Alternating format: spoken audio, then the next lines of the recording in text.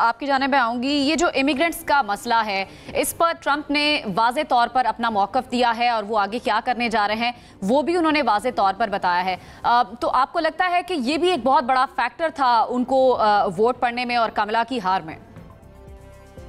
यकीनी तौर पे बहुत सी रियासतों में ये मसला बहुत ज़्यादा रहा है। ख़ास तौर पे जो पिछले दिनों एग्जैजरेटेड फिगर्स भी आई हैं इसमें कि कितने लोग आए हैं, लेकिन असल में बात ये है कि लीगल इमिग्रेंट्स की जो तादाद वहाँ से ख़ास तौर पर जो मैक्सिको के रास्ते से और लैटिन अमेरिका के दूसरे ममालिक से जो लोग आए हैं, तो उनकी एक बहुत बड़ी तादाद जो आई है, तो वो एक बहुत बड़ा फैक्टर बन के आई है जो कि और ये अगर कहा जाए कि ट्रंप की हमेशा पॉलिसी में एक बुनियादी चीज़ जो है इमिग्रेंट्स के खिलाफ रही है, लेकिन अभी उन्होंने थोड़ी सी एक तस्हीह की उसकी कि मैं इमिग्रेंट्स के खिलाफ नहीं हूं और सिर्फ जो इलीगल तौर पे आ रहे हैं, तो यकीन तौर पे ये एक बहुत बड़ा एक फैक्टर रहा है। लेकिन देखो एक और चीज भी आती है, आप फॉरेन पॉलिसी भी बात कर रही थी, देखिए बहुत सारी चीजों में तब्दीली आएगी। ये तो कहना सही है कि जो है कोई अब इजराइल के बारे में कोई बहुत बड़ी तब्दीली नहीं आने जा रही है, बल्कि एक दफा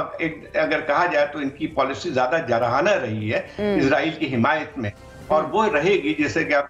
किसी भी अमेरिकन प्रेसिडेंट ने जेरूसलम को जो है वो रिकॉग्नाइज नहीं किया था एक कैपिटल की हैसियत से, एक डिस्प्यूटेड एरिया समझा जाता था, या उसी तरह एक सेटलमेंट की भी बात थी, उसको ट्रंप ने अपनी पहली जो है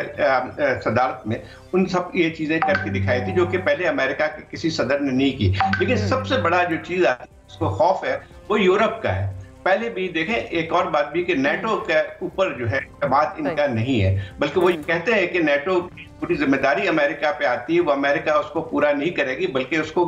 जो दूसरे ममालिक है, जर्मनी है, ब्रिटेन है या फ्रांस है, ये तमाम ममालिक जो है वो उसका बर्डन लें। तीसरी जो बात एक अहम तरीन है मुझे लगती है वो रहती है यूक्रेन की वॉर पे। देखिए यूक्रेन की वॉर पे जो है वो ट्रंप की पॉलिसी वो नहीं रहेगी जो प्रेसिडेंट बाइडेन की थी। प्रेसिडेंट बाइडेन की बहुत पॉलिसी एग्रेसिव थी और उन्होंने जो है बल्कि एक लिहाज से यूरोपियन इत्तेहाद भी बनाया था उसको सपोर्ट करने के लिए। लेकिन मुझे लगता है ये कि ये तो नहीं होगा कि वो बिल्कुल ही खत्म कर देंगे मदद, लेकिन ये जरूर होगा कि उनका कहना ये होगा कि ये यूरोप तब्दीली हम देखेंगे फॉरेन पॉलिसी के अंदर, चाहे बहुत ज्यादा ना हो लेकिन कुछ तब्दीली हमें नजर आएगी। बहुत